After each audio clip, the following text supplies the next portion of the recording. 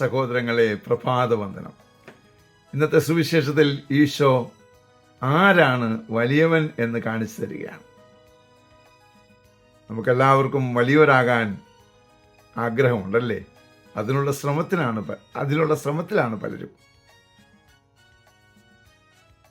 ഞാൻ ഒരു തിയറി പഠിച്ചിട്ടുണ്ട്. മനുഷ്യൻ്റെ ആവശ്യങ്ങൾ അനവധിയാണ്, എന്നാൽ വിഭവങ്ങൾ പരിമിതിയും. എന്നാൽ സുവിശേഷത്തിൽ വിശ്വസിച്ചാൽ നിനക്ക് ഈ തിയറി മാറ്റിമറിക്കാനാവും. നിന്റെ ആവശ്യങ്ങൾ കുറഞ്ഞുകൊണ്ട് നിന്റെ മുമ്പിൽ വിഭവങ്ങൾ അനവധിയായി മാറും. ഈശോ ഇവിടെ ഒരു കുഞ്ഞിനെ നടുക്ക് നിർത്തിയിട്ട് പറയുകയാണ്, ഇവനെപ്പോലെ ആകുവാൻ. ആ കുഞ്ഞിനെ സംബന്ധിച്ചിടത്തോളം അവൻ ഒന്നിനെ കുറിച്ചും അപ്സെറ്റ് ആകുന്നില്ല. കാരണം അവനവൻ്റെ മാതാപിതാക്കളെ ആശ്രയിക്കുന്നു.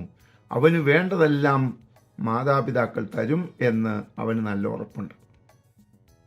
അതുപോലെ അവന് ചുറ്റുമുള്ളവരെ എല്ലാം അവൻ വിശ്വസിക്കുന്നു, അല്ലെങ്കിൽ ശ്രേഷ്ഠരായി കാണുന്നു.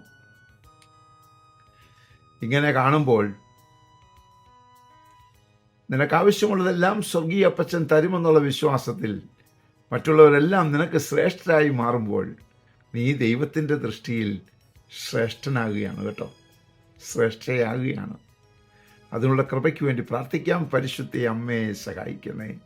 വിശുദ്ധ ഔസേപ്പ് പിതാവേ, ഞങ്ങൾക്ക് വേണ്ടി പ്രാർത്ഥിക്കണേ. പരിശുദ്ധാത്മാവേ, എഴുന്നള്ളി വരണേ.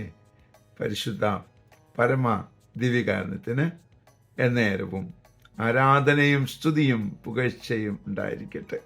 ആമേൻ.